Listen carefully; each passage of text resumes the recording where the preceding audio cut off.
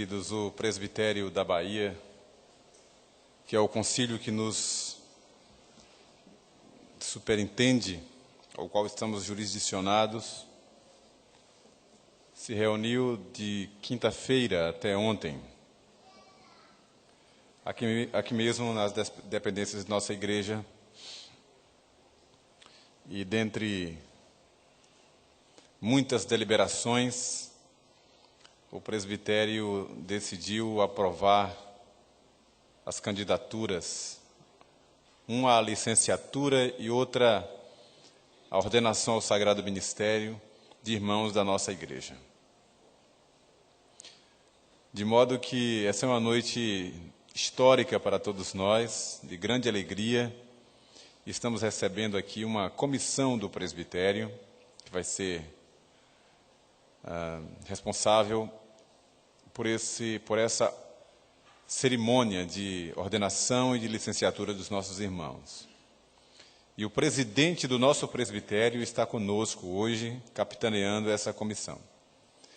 Eu vou lhe passar a palavra, ele vai pregar a mensagem do Evangelho e depois nós vamos, com muita alegria, impor as mãos sobre esses irmãos para louvor do nome do nosso Deus.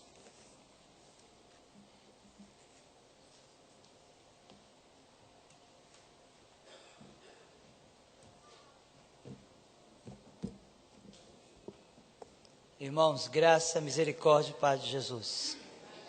Com muita alegria que nós voltamos aqui à Igreja da Bahia e, como já foi falado, essa de fato é uma noite histórica de alegria, porque o Senhor tem feito prosperar os seus caminhos, promovendo o avanço da sua igreja através de estabelecimento de novos trabalhos e da licenciatura e ordenação de novos obreiros, não é? De maneira que nosso coração se alegra. O presbitério da Bahia tem provado de um momento de muita graça da parte de Deus, porque nós não somente estamos hoje ordenando o nosso irmão João Coelho e licenciando o nosso irmão Jean, mas encaminhamos também mais 2 candidatos aos seminários. Não é? O nosso irmão presbítero Hipólito, lá da igreja do CIEP, foi encaminhado ao Seminário Presbiteriano do Sul, e o nosso irmão Jocélio, não é? Que é fruto do trabalho de uma congregação dessa igreja, lá da congregação 2 de Julho, que fica no Lar de Betânia, foi encaminhado ao Seminário Presbiteriano José Manuel da Conceição, de modo que nós temos nos alegrado. Talvez em algum tempo da sua vida cristã, sobretudo nesses dias de muita confusão, você possa estar frustrado, achando, poxa, parece que a minha igreja não está crescendo, não é?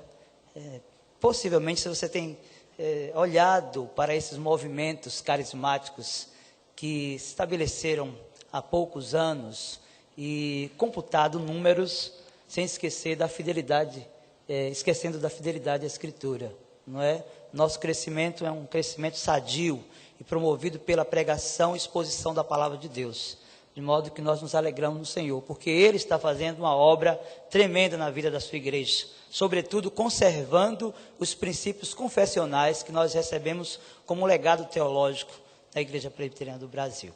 Bom, quero convidá-los a abrir a palavra de Deus no Evangelho de João, capítulo 2, mesmo assentados, acompanhe comigo aí a leitura dos versos do 12 até o 22. Evangelho de João, capítulo 2, versos do 12 ao 22.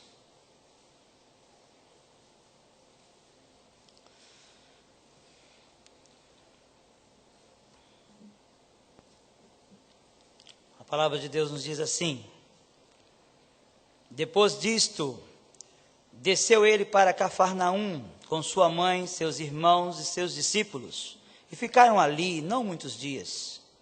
Estando próxima a Páscoa dos judeus, subiu Jesus para Jerusalém e encontrou no templo os que vendiam bois, ovelhas e pombas, e também os cambistas assentados.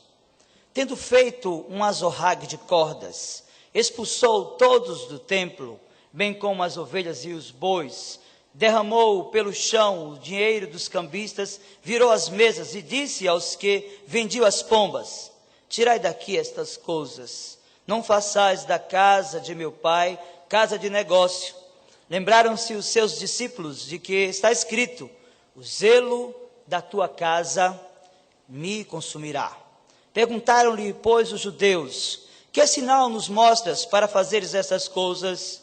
Jesus lhes respondeu: destruí este santuário, e em 3 dias o reconstruirei. Replicaram os judeus: em 46 anos foi edificado este santuário, e tu em 3 dias o levantarás? Ele, porém, se referia ao santuário do seu corpo.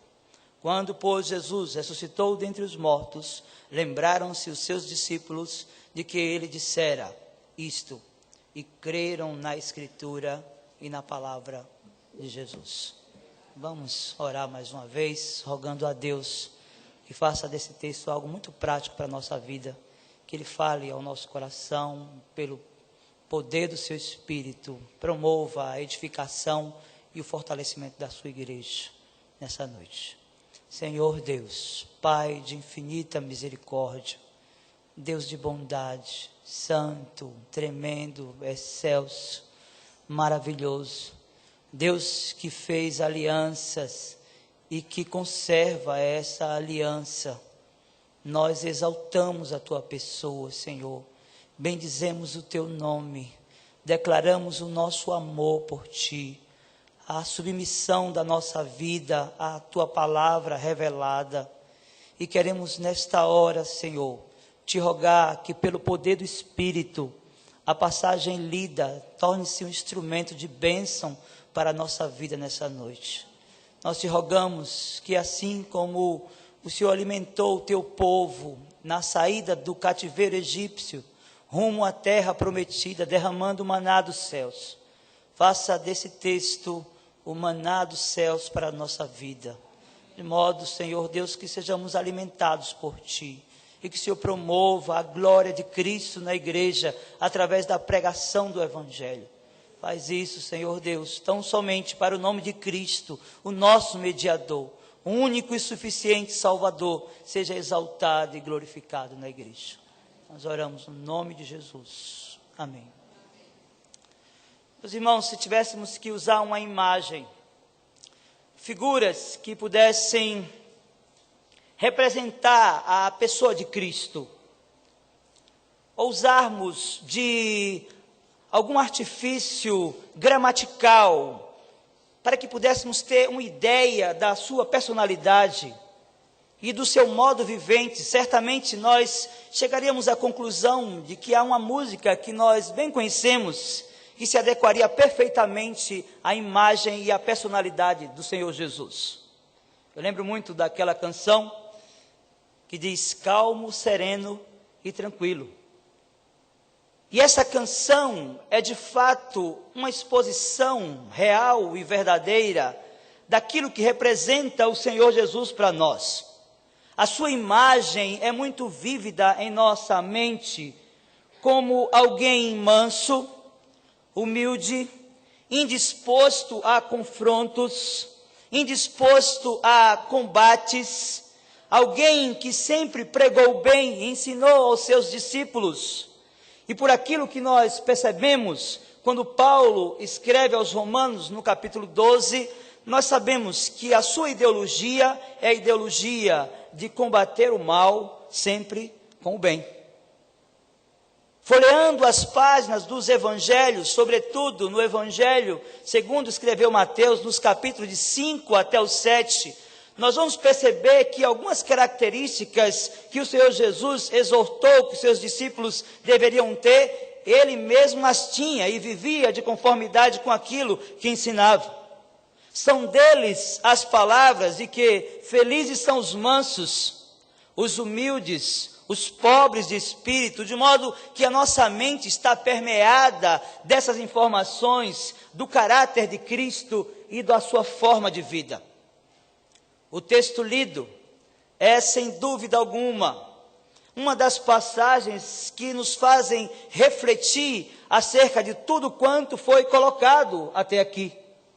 São poucas as passagens neotestamentárias que refletem o Senhor Jesus tomado por um estado de ira.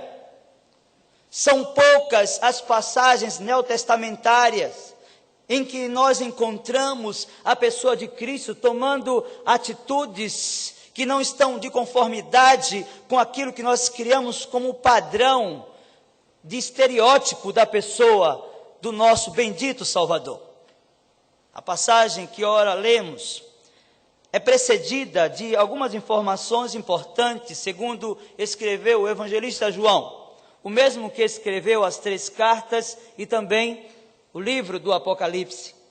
É importante nós, folheando as páginas desse evangelho, percebermos que o evangelista, ele inicia a sua exposição histórica acerca do Messias, falando da importância da figura de João Batista.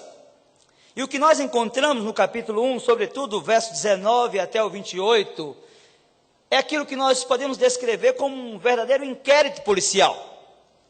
A liderança religiosa desse período, incomodada com o avanço do ministério de João, percebendo que a sua mensagem era uma mensagem diferenciada e que muitos estavam a acompanhá-lo, passam então a fazer um interrogatório a ele, perguntando-lhe: quem és tu? Por que tu fazes esses sinais? Por que tantos desejam te seguir? E havia na mente daquelas pessoas uma dúvida, e eles queriam saber se João Batista era de fato o Cristo, e ele afirma: eu não sou. E sou a voz do que clama no deserto. Eu vim para preparar o caminho do Senhor. Nessa exposição do Evangelho de João, e na sequência das verdades aqui encontradas, quando entramos no capítulo 2, identificamos então o primeiro milagre realizado no ministério público de Jesus, quando ele transforma água em vinho. É nesta sequência ideológica e também cronológica que nós encontramos então a passagem que ora foi lida. Ela nos chama a atenção, sobretudo porque a postura tomada por Jesus na época pascal, em que os judeus estavam celebrando a Páscoa, foi de fato uma postura jamais conhecida e identificada. E é importante nós salientarmos que essa postura, que dificilmente se adequará àquela imagem da figura de Cristo que nós construímos, ela tem um objetivo todo especial: o zelo com a Igreja de Deus. Deixe a sua Bíblia aberta e acompanhe comigo a primeira seção dessa passagem, versos do 12 até o 17, e você vai perceber algumas verdades que são aplicadas à nossa própria realidade.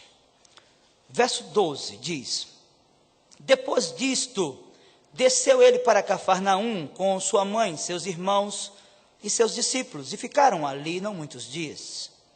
Estando próxima à Páscoa dos judeus, subiu Jesus para Jerusalém e encontrou no templo os que vendiam bois, ovelhas e pombas, e também os cambistas assentados. Verso 15: tendo feito um azorrague de cordas, expulsou todos do templo, bem como as ovelhas e os bois, derramou pelo chão o dinheiro dos cambistas, virou as mesas e disse aos que vendiam as pombas: tirai daqui estas coisas, não façais da casa de meu pai casa de negócio. Bem, o contexto aqui é um contexto não somente religioso, litúrgico, mas também festivo. Para os judeus, celebrar a Páscoa era efetivamente lembrar os prodígios, sinais e maravilhas que Deus havia realizado quando resgatou o seu povo do cativeiro egípcio. E eles celebravam isso com muito vigor. Eles celebravam isso lembrando da obra, da providência, no decreto da eleição, no chamado de Deus do seu povo, das trevas para a luz. Mas eles não celebravam essa Páscoa tão somente pensando nas maravilhas e sinais. Eles visavam também cumprir aquilo que a Escritura determinava. E esta festa, ela era realizada anualmente em um período de 7 dias. Os judeus, mesmo aqueles que estavam distanciados da sua pátria, eles voltavam àquele lugar E todos então reunidos ali, lembravam de tudo quanto o Senhor Deus havia feito em suas vidas. É importante então nós adentrarmos no contexto litúrgico desse momento de celebração dos judeus e lembrarmos do rito que era celebrado a Páscoa. Primeiro, havia uma oração de gratidão pelo chefe da casa, então bebia-se um cálice de vinho. Depois, então, comia-se ervas amargas para se lembrar, então, do período em que estavam no cativeiro. E seguia, então, esse ritual litúrgico. E, então, se tinha o canto do Alel, que são os Salmos 113 e 114. Então, eles seguiam, então, matavam o cordeiro, simbolizando a libertação daquele período em que estavam lá no cativeiro, e como o Senhor recebeu aquele sacrifício na saída daquela condição de escravos. E por fim, fechando essa parte litúrgica desta celebração, havia então o cântico da segunda parte do Halel, Salmos do 115 ao 118. Essa celebração durava 7 dias. E as pessoas se aproximavam do templo em Jerusalém, e elas tinham então a consciência da necessidade de levar os animais requeridos pela santa lei de Deus no Antigo Testamento. É nesse contexto então que o templo que era usado para as celebrações estava infestado de pessoas que estavam a negociar. Esta feira, esta negociata, não se dava no ambiente cultico central. Tudo isso que nós encontramos nesse texto era promovido na região periférica daquele templo chamado Pátio dos Gentios. Mas fazia parte também do santuário. Era lugar de adoração, de celebração ao Deus que resgatou o povo hebreu da condição de escravos. É nesse contexto, então, que nós percebemos também que Jesus encontra pessoas que estavam ali como cambistas para trocarem as moedas, já que a lei determinava que as ofertas a serem entregues ali deveriam estar adequadas a moeda de Jerusalém. Jesus então chega e vê todo aquele contexto, mugido de animais, pombas e passarinhos espalhados pela casa de Deus em gaiolas, cambistas trocando moedas, e o seu coração fica enfurecido, e ele é tomado de uma santa ira, porque ele vê que a casa de Deus, que deveria ser utilizada como casa de oração, agora então havia se tornado casa de negócio. Talvez você demore um bom tempo para adequar a sua mente a essa imagem descrita no versículo 15. O texto mostra que, percebendo Jesus toda aquela condição em que o templo estava sendo usado, diz assim: tendo feito um azorrague de cordas, expulsou todos do templo. A transliteração dessa passagem não permite que você entenda perfeitamente o que é um azorrague de cordas. O contexto em que Jesus está inserido lhe permite tomar algumas cordas em que os animais eram amarrados e fazer literalmente um chicote. E é exatamente com esse chicote que ele passa a expulsar todos que estavam ali no templo, não somente ovelhas e bois, mas ele também derrama pelo chão o dinheiro dos cambistas e chega até mesmo a virar aquelas mesas. Meus irmãos, nós precisamos entender o sentimento que há no coração do mediador. Nós precisamos mergulhar para percebermos a afinidade que Jesus tinha com a sua própria missão. Ele está irado, porque a casa de Deus está sendo usada como um meio de negócio. E ele disse aos que vendiam as pombas: tirai daqui estas coisas, não façais da casa de meu pai casa de negócio.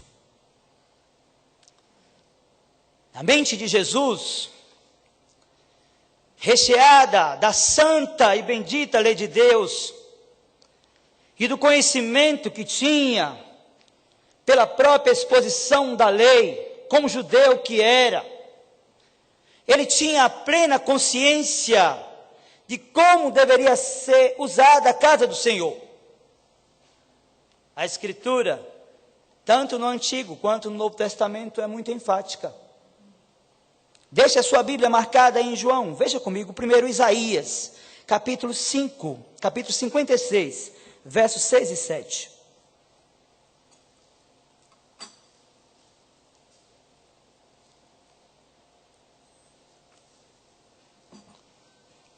Isaías 56,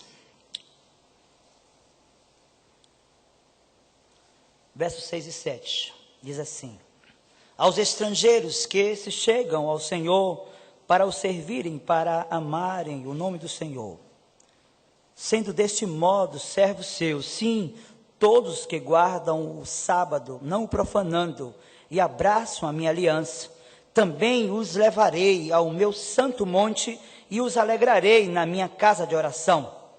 Os seus holocaustos, os seus sacrifícios serão aceitos no meu altar, porque a minha casa será chamada casa de oração para todos os povos.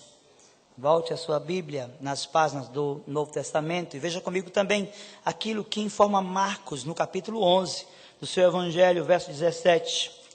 Marcos 11, verso 17, diz assim: também os ensinava e dizia: não está escrito, a minha casa será chamada casa de oração para todas as nações. Volte a sua Bíblia lá, em João, capítulo 2, então os versos 16 e 17, você vai entender pela citação que Jesus faz, usando aquilo que nós conhecemos nos nossos dias como metodologia científica, usando a Escritura no Antigo Testamento, no Salmo 69, versículo 9, o que é que permeia o coração do Salvador. João 2, 16 e 17 diz: e disse aos que vendiam as pombas: tirai daqui essas coisas, não façais da casa de meu pai casa de negócio. Lembraram-se os seus discípulos de que está escrito: o zelo da tua casa me consumirá. Meus irmãos, nós temos uns movimentos modernos de igrejas chamadas sem nome e sem parada, sem templo, que tenta tirar o brilho daquilo que é a igreja institucional, com todos os seus problemas. Essas pessoas advogam a tese de que a igreja deve se reunir nas praças ou nas casas e desconsideram que a nossa herança cristã é toda ela sinagogal, tanto o aspecto teológico como litúrgico. O que nós herdamos em termos de estrutura física é a herança do Antigo Testamento. O povo de Deus tinha um lugar onde se reunir. A igreja do Senhor no Antigo Testamento caminhava como nós caminhamos para o templo, para bendizer e louvar a Deus e ouvir a exposição da sua santa palavra. E agora surge um movimento novo, que tenta refutar essa ideia e tirar o brilho que é a congregação reunida em um lugar para celebração àquele que merece honra, glória e louvor. Jesus está usando o Salmo 69, versículo 9, para nos chamar a atenção acerca da necessidade do zelo com a casa de Deus. O zelo da tua casa me consumirá.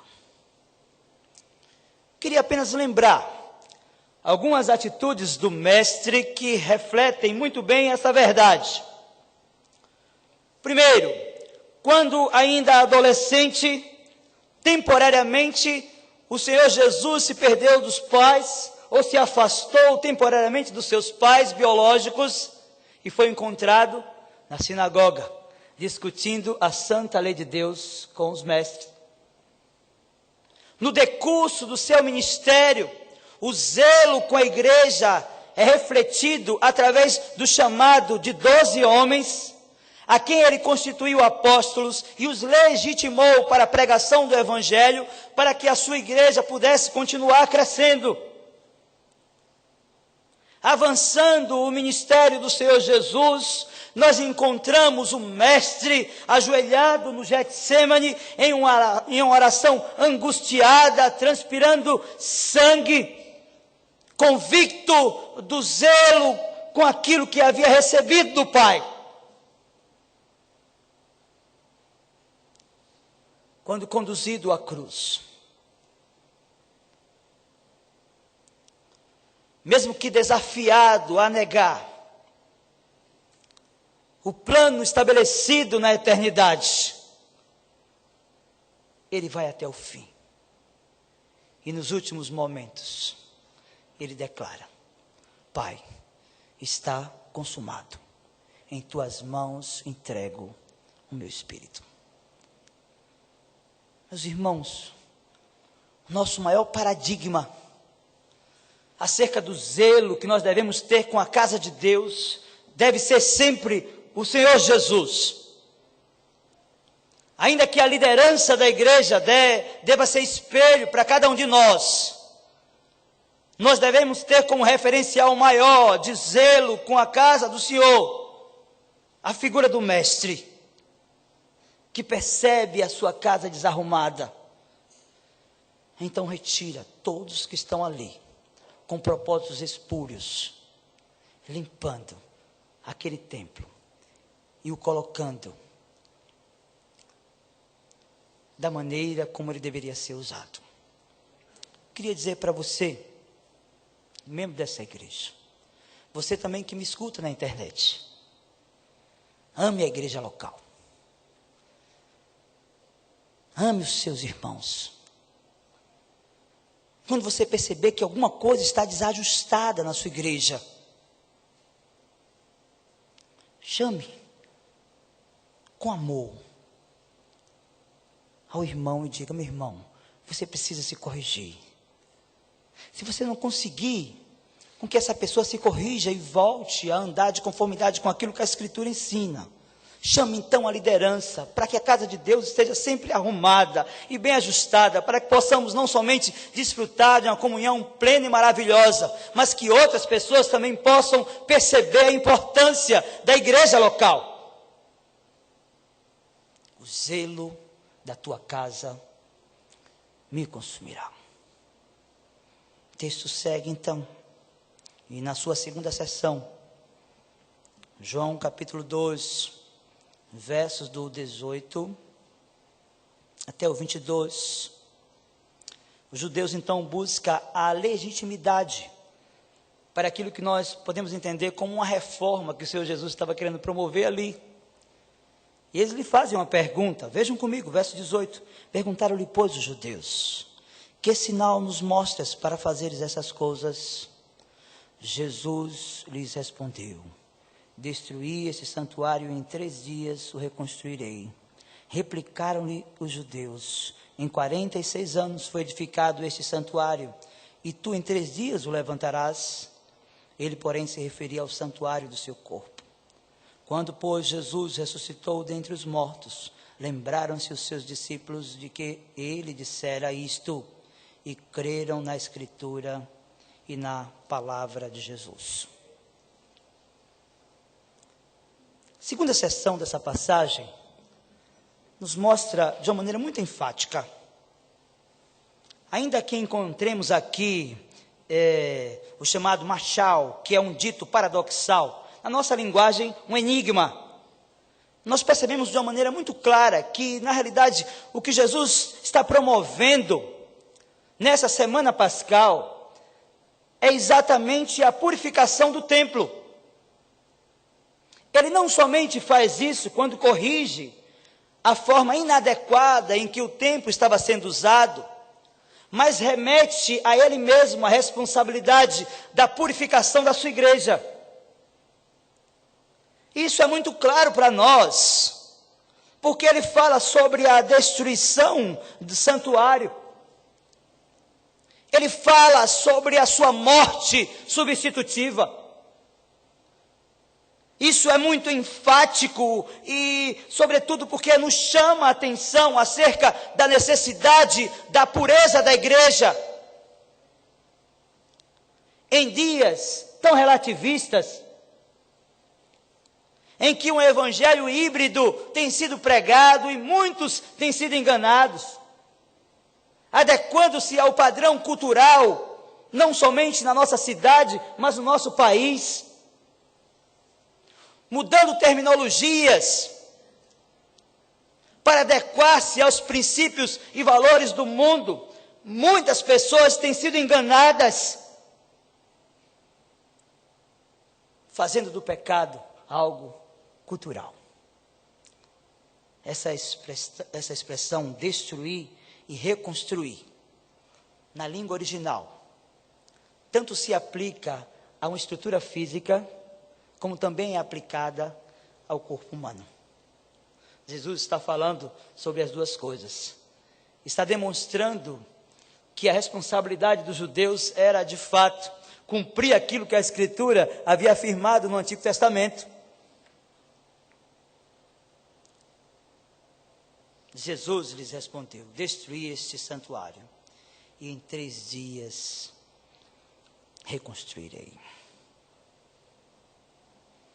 O texto mostra que o objetivo de Cristo era purificar a sua igreja, fazer dela uma igreja santa,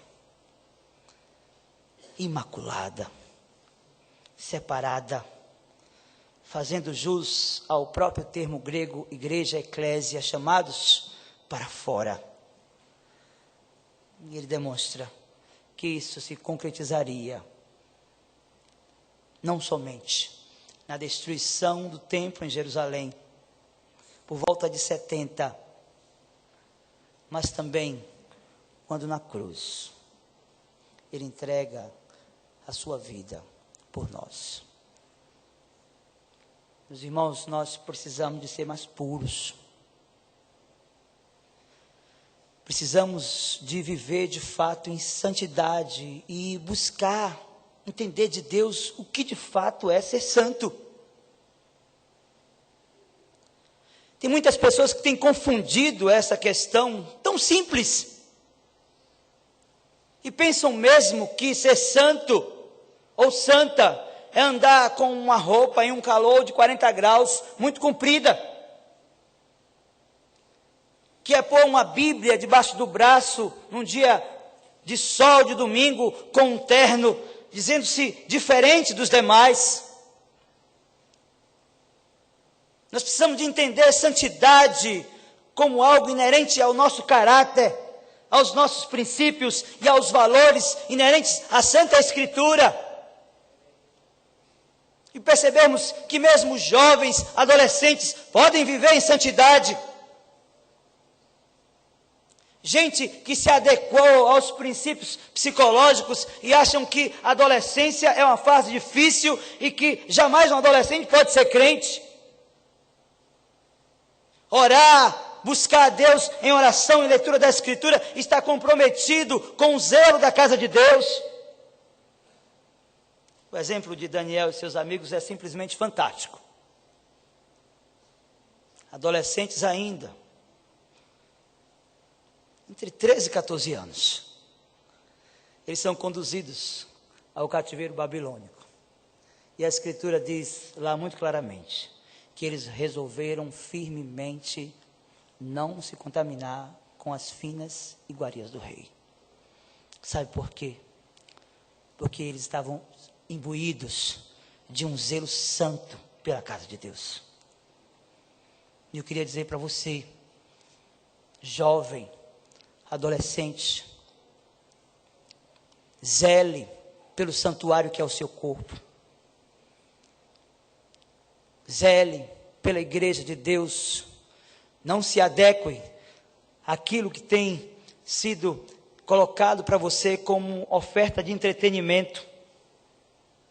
A Bíblia diz que há caminhos que ao homem parece ser bom, mas o final deles são caminhos de morte. Então, independentemente da idade, seja um adolescente, um jovem, uma senhora, nós precisamos de entender essa função purificadora de Cristo. Ele não somente purifica o templo, ele não somente retira os cambistas e aqueles que estavam mercadejando da palavra de Deus, mas ele também chama a atenção para a sua própria função, como aquele que produziria, pelo seu sacrifício, uma obra de santidade gloriosa. O texto se encerra, verso número 22, dizendo assim: quando, pois, Jesus ressuscitou dentre os mortos, lembraram-se os seus discípulos de que ele dissera isto, e creram na Escritura e na palavra de Deus. Nós iniciamos essa mensagem falando das imagens ou do estereótipo que nós criamos da pessoa de Cristo. E esse texto, na realidade, é um texto muito diferente, muitas vezes pouco explorado, mas que nos traz uma poderosa lição. Nós precisamos de zelo com a casa de Deus. Nós estamos hoje em celebração por aquilo que Deus tem realizado na vida do nosso concílio. Esses dois jovens, Jean e João,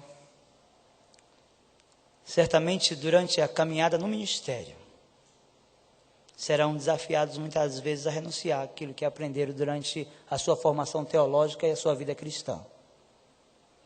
As ofertas são muitas, de holofotes, luzes, da mídia.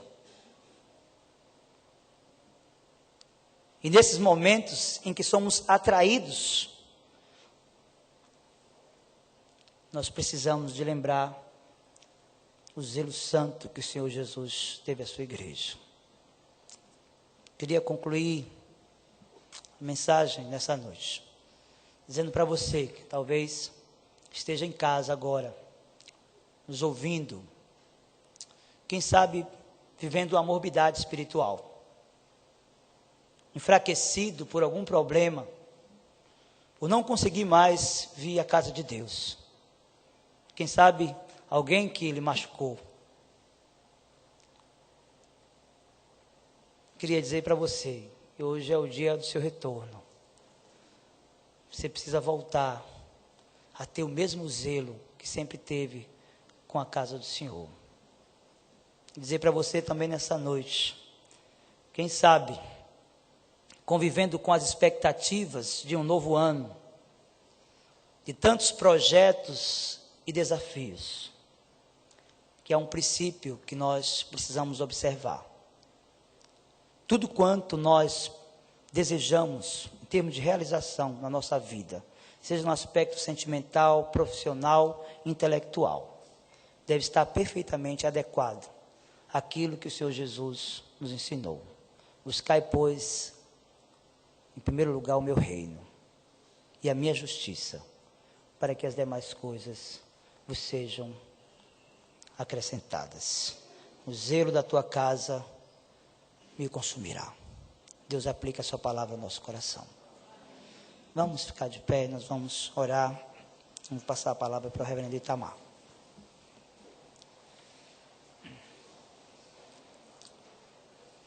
Senhor Deus, Deus da aliança, que firmou a aliança e que preserva a aliança. Deus de amor, soberano, bendito, poderoso, onipotente, onipresente. Bendito seja o teu nome, Senhor. Louvado, engrandecido, exaltado seja o teu nome, Pai. Obrigado por tua palavra, Senhor, porque ela nos direciona a termos zelo com a tua casa. Se existe alguém nesse santuário, ou quem sabe em suas casas, ouvindo esta mensagem, que ficou esmurecido ou esmurecida por algum problema vivido no decurso da sua vida cristã, e deixou de ter zelo com a tua casa, nós pedimos a ti, Senhor, que faça prática esta palavra, aplicando o teu coração, para que cada pessoa, Senhor Deus, esteja imbuída de um zelo santo com a tua casa de oração.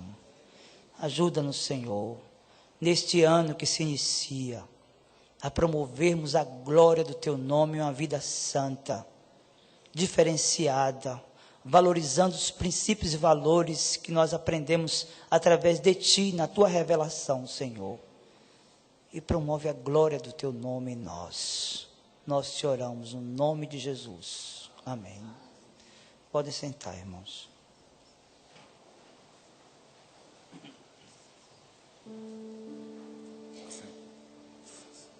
Assentados, nós vamos cantar. Eu quero ser, Senhor amado, como um vaso nas mãos do oleiro.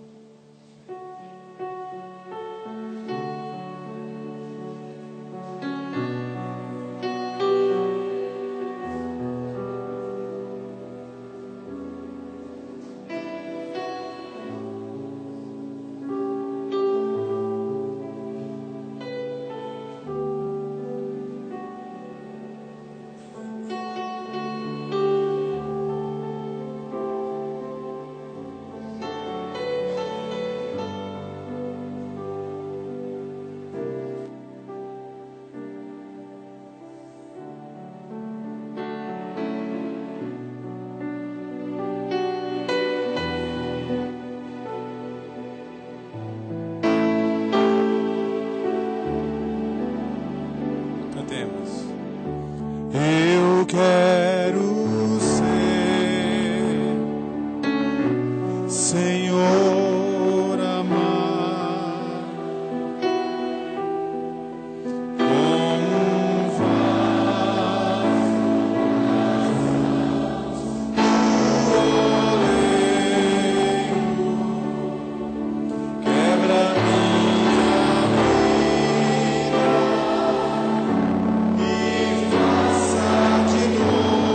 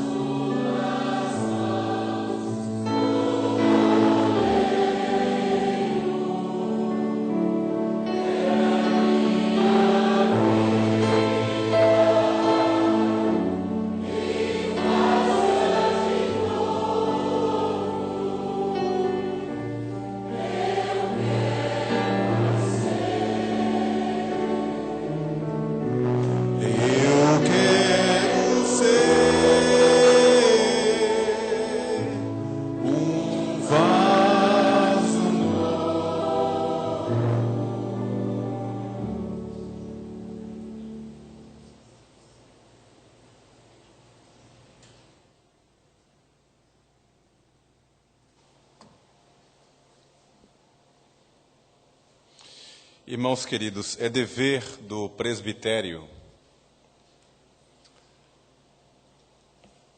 orientar a vida do seu concílio, ou a vida do campo que ele jurisdiciona. E,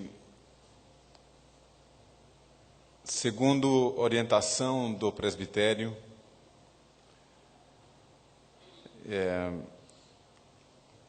decidiu nesta noite licenciar para a pregação do Evangelho ao nosso irmão Jean Piana Rios, a quem eu convido para se apresentar aqui no altar.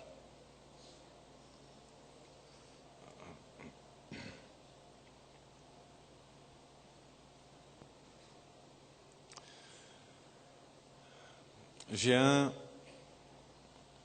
desde cedo, conheceu o Evangelho de Cristo através do testemunho da sua casa, do seu pai, o presbítero Irã, depois da sua mãe, Josi, e cercado por uma história de evangélicos da família Rios, que estão aqui presentes. E Jean cresceu na igreja. Eu que cheguei na história da IPBA há pouco tempo, 6 anos atrás, eu já vi um vídeo da criançada da igreja, os pré-adolescentes da igreja, e aparece o Jean, ainda garoto, os olhos grandes assim, cabeludo, criado na igreja, aqui nesses corredores. E ainda na adolescência, ele foi eleito o presidente da União Presbiteriana de Adolescentes.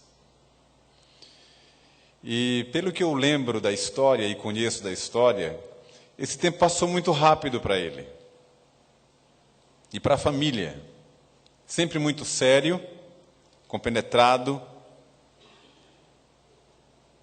aprendeu a amar e respeitar as coisas de Deus.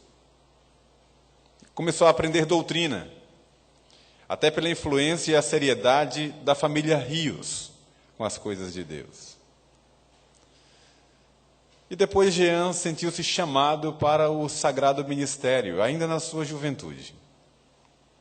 E então vem uma longa história de preparo, até que ele se apresentou à igreja, ao conselho da igreja, que o examinou e, julgando aptas, ou julgando satisfatórias as suas respostas e convictas as suas posições, decidiu enviá-lo para o seminário. E assim ele foi para o seminário em São Paulo, o José Manuel da Conceição, o JMC. Para mim foi ontem. Já se passaram 4 anos, tão rápido. E eu me lembro do exame do Jean. E hoje ele já está aqui, de volta, bacharel em teologia, apresentou-se ao presbitério desde a quinta-feira próxima, agora passada, foi examinado pelo presbitério, que julgou satisfatórias todas as suas respostas, seu sermão de prova foi aprovado, a sua monografia, a sua exegese, eu vou dizer, não é para a vaidade dele, mas para louvor do Senhor. O Jean fez o seu curso com excelência. Existe um julgamento lá do próprio seminário, pelas notas, pelo desempenho, e o Jean foi o terceiro seminarista mais bem-sucedido de todo o Brasil. E o primeiro do JMC, nas notas, no desempenho. Mas isso aí eu já conversei com ele, ele está colocando isso na cruz de Cristo. Mas para nós é um símbolo de um bom preparo para servir ao Mestre com uma ferramenta afiada. Eu quero instruir a igreja e Jean, que já sabe disso também, que o presbitério em suas atribuições, licencia candidatos ao sagrado ministério por um determinado período para prová-los, à luz das Escrituras, a fim de que o sagrado ministério não seja confiado a homens que não sejam verdadeiramente vocacionados e que não tenham o devido preparo para exercer tão nobre missão. Então, segundo a Escritura nos diz, o apóstolo Paulo escreve a Timóteo, e ele diz ali a Timóteo que o obreiro não pode ser neófito, não pode ser inexperiente, para não cair no laço do diabo, nem se ensoberbecer, mas deve ser primeiramente provado, experimentado, e se mostrar irrepreensível, zeloso com as coisas de Deus, então, assim, ele deve exercer o ministério. É o que nos instrui a palavra de Deus. Então, baseado nessa instrução, Jean, é que eu, como ministro do Evangelho do Senhor Jesus e delegado pelo presbitério da Bahia em comissão, pela autoridade do nome do Senhor, eu quero lhe fazer umas perguntas constitucionais. E quero que você as responda com toda sinceridade diante do Senhor da igreja. Eu convido os demais presbíteros para virem aqui à frente e os que aqui já estão para ficarem de pé enquanto fazemos essas perguntas.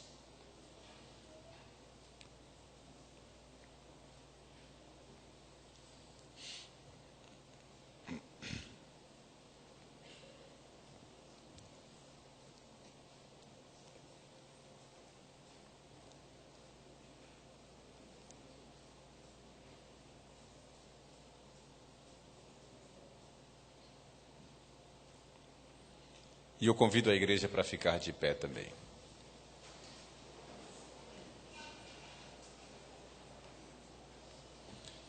Jean Piana Rios, você crê que as Escrituras do Velho e do Novo Testamento são a palavra de Deus e a única regra infalível de fé e de prática?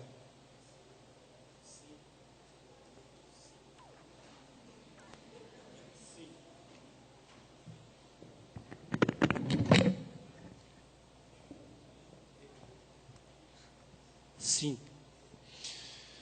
Você recebe e adota sinceramente a confissão de fé e os catecismos da nossa igreja como fiel exposição do sistema de doutrina ensinado nas Sagradas Escrituras? Sim.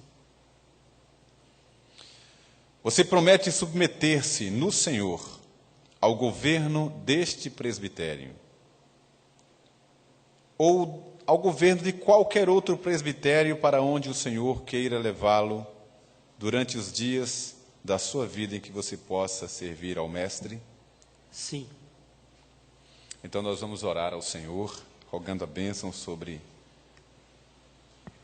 o servo que Ele mesmo separou para pregar o seu santo Evangelho. Senhor bendito, nós adoramos o Teu nome, que é santo, santo, santo. Bendizemos o santo nome de Jesus, o nosso Salvador e Senhor, que na sua onisciência, nos seus eternos decretos, decidiu separar para a pregação do Evangelho ao teu servo Jean. E no teu tempo o Senhor o chamou e o capacitou para estudar, se preparar para pregar a tua santa palavra. Senhor, sem a tua boa mão sobre a cabeça dele, ele não vai conseguir. Sem a ação soberana do teu divino Espírito, dando-lhe sabedoria, ele vai fracassar. Mas nós cremos pelo testemunho da tua palavra, que fiel é o que vos chama, o qual também o fará. De que é o Senhor quem dá aos teus servos a capacitação necessária para o serviço do ministério. Que o Senhor seja pródigo com o teu servo Jean, habilitando-o e capacitando-o nesta sublime missão. Para a glória do nome de Jesus, é que nós, como presbitério da Bahia e igreja reunida, o povo de Deus, o abençoamos em nome do Senhor. Amém. Jean, em nome de Jesus e pela autoridade que ele deu à igreja, nós o licenciamos para pregar o Evangelho de Jesus. E que Deus abençoe a sua vida e que o Espírito Santo encha todo dia para a glória do nome dele.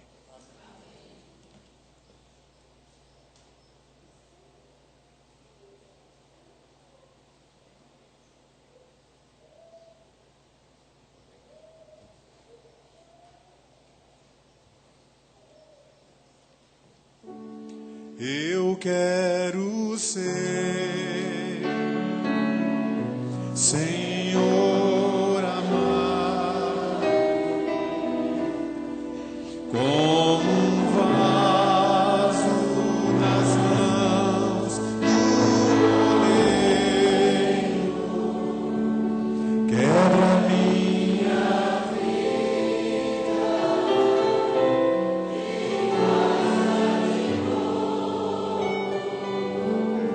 eu quero ser,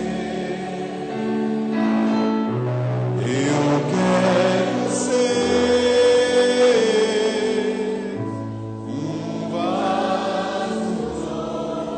Eu quero ser, eu quero.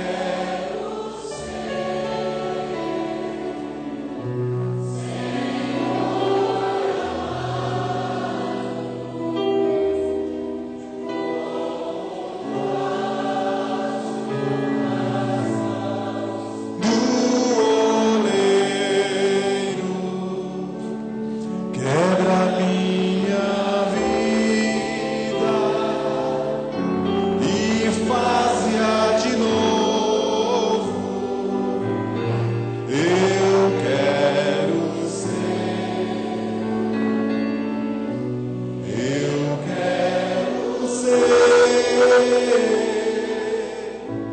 um vaso.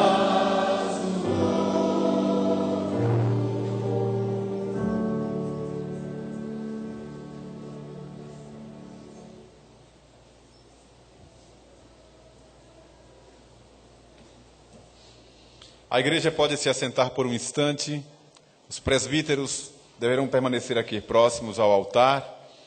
A família do Jean, os amigos, a igreja, nós, seus irmãos, iremos depois cumprimentá-lo, abraçá-lo, encorajar a vida dele e celebrar esse momento tão importante na vida desse servo do Senhor. E agora eu passo a palavra ao reverendo Adilson, que é o presidente do presbitério, para proceder a cerimônia de ordenação do nosso irmão João Coelho. Para o exercício das suas atividades, jurisdicionado ao nosso presbitério. Deus abençoe poderosamente a sua vida.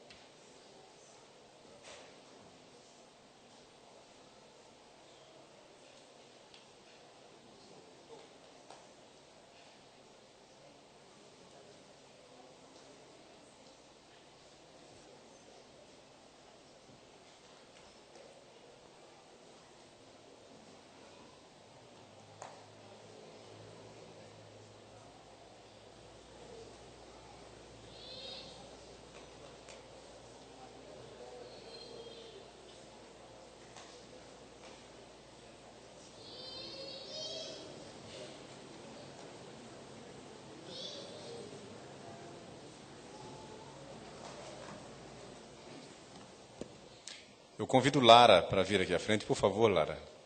Vem cá. Os presbíteros fiquem aqui, por favor, ainda.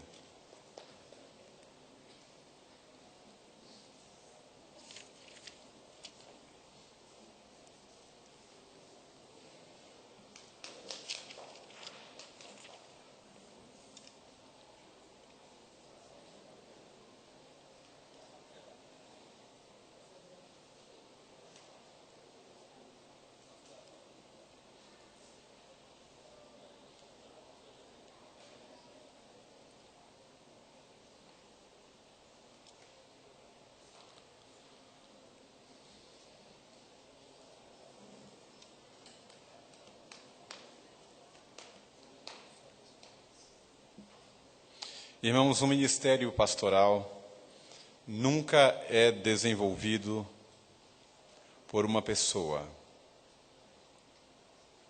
Sabemos que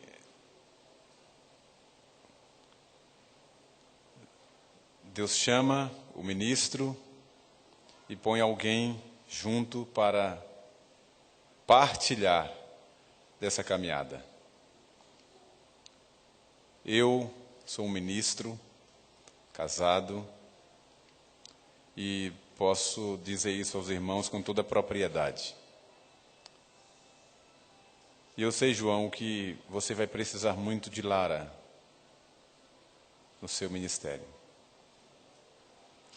Momentos de angústias, lágrimas, ela vai estar do seu lado. Um lugar onde você vai precisar do ombro. Às vezes não vai encontrar de mais ninguém. E é também para onde você vai correr para contar as suas maiores alegrias. Lara, que Deus fortaleça a sua vida. Lhe dê prudência, sabedoria, encorajamento do alto para caminhar na mesma estrada com João. E gente que está buscando saber, não é? E a turma está no 4º ano do seminário lá, já ligando para a gente: pastor, como é que a gente faz aqui para fazer o mestrado? Então, vê que é uma turma que, não obstante o relativismo dos nossos dias, está buscando, de fato, se adequar àquilo que a Escritura ensina acerca do zelo com a casa de Deus, não é? E a comissão, aqui composta dos presbíteros Mário, presbítero Daniel Sacramento, os reverendos Cláudio Mota e Josafá, certamente tem no seu coração alegria, porque são irmãos daqui da Igreja da Bahia, não é? Alegria dobrada. E como presbitério, nós também decidimos pela ordenação do nosso irmão João Coelho. Ele já deu prova suficiente da sua vocação, não é? Quando encaminhado também ao seminário José Manuel da Conceição, em São Paulo, retornou ao nosso concílio, teve um ano de licenciatura no campo de Santo Antônio de Jesus, e após avaliado em seu sermão de prova, nos trabalhos constitucionais de monografia e exegese, e passar pela comissão teológica e também pelo plenário do PSBA, o concílio votou favorável à sua ordenação. Então, eu queria passar algumas instruções para a igreja acerca desse momento, não é? Sobretudo esclarecedor, para entendermos de fato quem são oficiais na igreja. Nós estamos vivendo um momento onde há apóstolos, não é? Eu já soube até de arcanjos, não é? E a igreja, na realidade, desfrutou de oficiais chamados extraordinários. Mas hoje os oficiais ordinários da igreja são os presbíteros e os diáconos. Então, o Senhor Jesus Cristo, sobre cujos ombros está o principado, que é chamado maravilhoso, conselheiro, Deus forte, Pai da eternidade, príncipe da paz, ele que é rei e cabeça da igreja, havendo subido ao alto, recebido dons para os homens, doutou a igreja com oficiais extraordinários e permanentes, chamados ordinários, não é? Para reuni-la e edificá-la. Os apóstolos, os profetas e os que possuíam o dom de línguas, de curar e fazer milagres, foram chamados oficiais extraordinários. empregados, a princípio, por nosso Senhor Jesus e Salvador, para reunir seu povo dentre as nações, conduzindo a família da fé. Esses oficiais e esses dons miraculosos cessaram há muito tempo. Presentemente, o Senhor Jesus, ele é servido em conservar em sua igreja os ministros da palavra, ou presbíteros docentes, comissionados para pregar o evangelho, administrar os sacramentos e governar.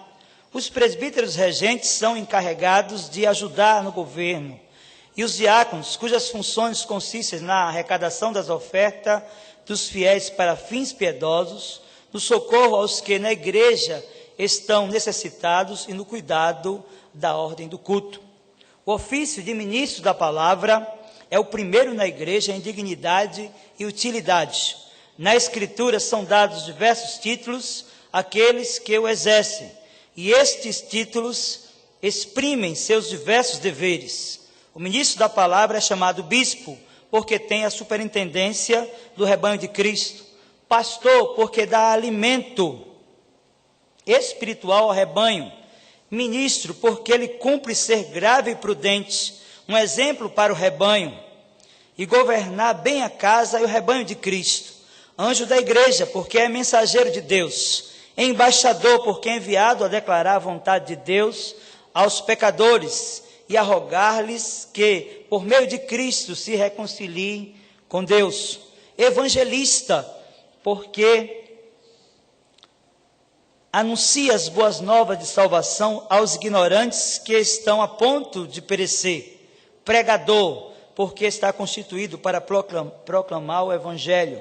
Doutor, porque expõe a palavra e com sã doutrina admoesta e convence aos contradizentes. E despenseiro dos mistérios de Deus, porque distribui a múltipla graça de Deus e as ordenações instituídas por Cristo. Não obstante todos esses títulos, não há um grau de hierarquia na igreja do Senhor. Todos são servos, chamados para a proclamação do Evangelho. Sobretudo no sistema presbiteriano, que é um sistema democrático e representativo, não há uma figura preeminente, não é? Há um chamado moderador, não é? Esta função de presidente do presbitério, ou de sínodo, ou de presidente do Supremo Concílio já foi usada como terminologia a figura do conciliador, não é? Aquele que está ali para conciliar e para conduzir o concílio, não é? De modo que esses títulos bonitos não devem servir como grau de hierarquia, como nós estamos vendo em nossos dias aí, apóstolos, profetas, anjos, arcanjos e Miguel Ângelos, não é? Então eu queria convidar aqui à frente o irmão João Coelho, expor aqui de pé, para responder às perguntas constitucionais. Irmão João, você crê que as escrituras do Antigo e do Novo Testamentos são a palavra de Deus e a única regra de fé e de prática, sim? Sim. Você recebe e adota sinceramente a confissão de fé de Westminster, assim como os catecismos maior e breve, como fiel exposição de doutrina das Santas Escrituras? Sim. Você aprova e sustenta o governo e disciplina da Igreja Presbiteriana do Brasil? Sim. Você promete sujeitar-se a seus irmãos no Senhor? Você promete sujeitar-se aos seus irmãos no Senhor? Com a graça de Deus, sim. Você declara que, segundo o conhecimento que tem no seu coração, procura o santo ministério movido pelo amor de Deus e pelo desejo de promover a sua glória pela pregação do evangelho do seu Filho? Sim. Você promete, João Coelho, manter zelosa e fielmente as verdades do evangelho, a pureza e a paz da igreja, seja qual for a perseguição e oposição que você encontrar durante a sua vida ministerial? Sim. Você promete ainda que, como cristão e ministro do evangelho, será fiel e diligente no exercício de todos os seus deveres pessoais ou relativos, particulares ou públicos, e se esforçará pela graça de Deus para adornar a profissão do Evangelho por meio de sua conversação e andar com exemplar piedade diante do rebanho sobre o qual Deus o constituiu ministro do Evangelho? Com a graça de Deus, sim. Está pronto, meu irmão, para tomar assento como pastor auxiliar nesta igreja, na declaração que fez no próprio conselho e na designação desse presbitério, presbitério da Bahia, e promete, com auxílio de Deus, que vai desempenhar as suas funções nesta igreja com todo zelo? Sim. Você aceita e empreende agora a obra do Evangelho e promete que, com o auxílio de Deus, será fiel no desempenho de todos os deveres inerentes à vocação do ministério de nosso Senhor Jesus Cristo?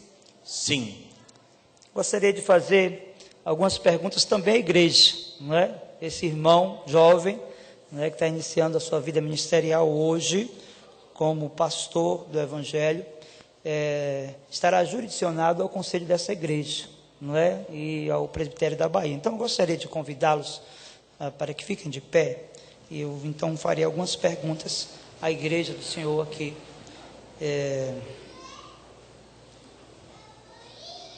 Nesse lugar.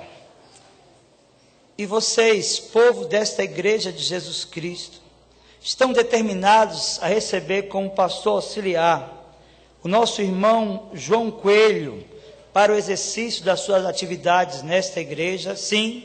Sim. Promete receber dele com humildade e amor a palavra da verdade e submeterem-se a ele no exercício da disciplina cristã?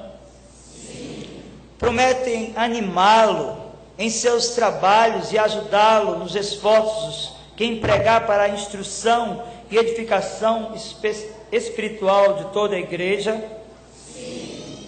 Os irmãos podem sentar. Quero convidar os presbíteros que venham aqui. Nós vamos realizar a imposição de mãos e a oração para a ordenação do nosso irmão João Coelho.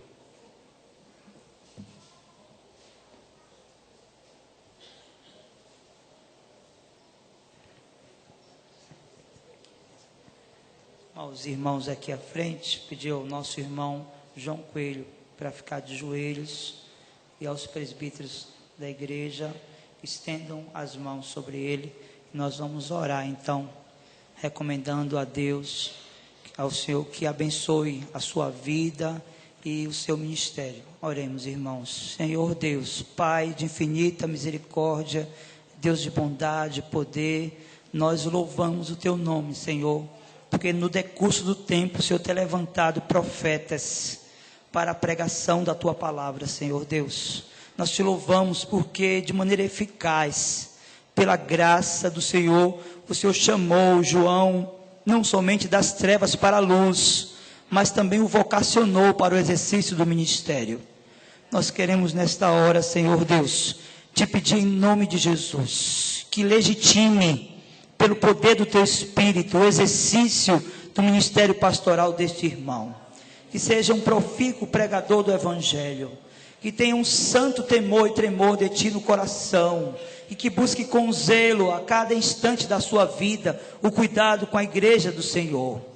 Ó Deus, que o seu ministério seja abençoado, que aqueles pelos quais o Senhor o responsabilizar de cuidado espiritual, recebam dele a palavra de admoestação, de exortação, mas também de consolo para a sua vida. Nós rogamos, Senhor Deus, também que se em extensão o Senhor abençoe a sua esposa, e faça dessa família uma família plenamente feliz, por ter no seu lar o ministro do Evangelho. Nós pedimos, Senhor Deus, que abençoe poderosamente o ministério do João Coelho, e nós rogamos que em nome de Jesus Cristo, toda obra das trevas, todo intento de Satanás que tente neutralizar o trabalho do teu filho, seja desfeito pelo poder do teu Espírito, e que os teus anjos, Senhor Deus, estejam acampados ao redor dele, da sua casa e da sua igreja, para que através dele o teu nome santo e bendito seja exaltado e glorificado. Nós oramos no nome poderoso de Jesus. Amém.